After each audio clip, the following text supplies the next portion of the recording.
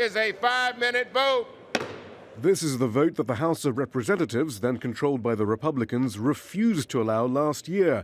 With control having shifted to the Democrats, passage of a resolution ending U.S. involvement in the Yemen war was never in doubt. Nearly all of the bombs that have fallen say the same thing: made in the United States of America. They fall on weddings, they fall on hospitals and on homes. They fall on funerals, refugee camps, and school buses. I am mindful that this debate is taking place a day after the President disregarded the law and failed to report to Congress who was responsible for the murder of journalist Jamal Khashoggi. The murder of Jamal Khashoggi last October has mobilized members of Congress against the Saudi-led war in Yemen. In fact, as one Republican noted, Democrats didn't seem concerned when the previous president began helping the bombardment of the country. It would have been nice if our friends were as equally concerned when President Obama actually was committing us to the kinds of activity we're talking about. But things have changed, and if anything, anger has grown on Capitol Hill for several reasons. The White House's refusal to meet a congressional deadline to definitively conclude whether Crown Prince Mohammed bin Salman was responsible for the killing.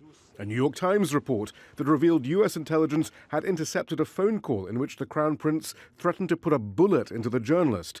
Reports that despite having been officially fired as a result of his role in the killing of Khashoggi, Saud al-Qahtani remains a close aide of the Crown Prince, and a report that U.S. weapons supplied to Saudi Arabia have ended up in the hands of al-Qaeda fighters in Yemen. But in what's seen as a split between conservative and progressive Democrats, the Republicans did manage to get bipartisan support for an amendment to the bill allowing the president to continue what it calls appropriate information sharing with the Saudis.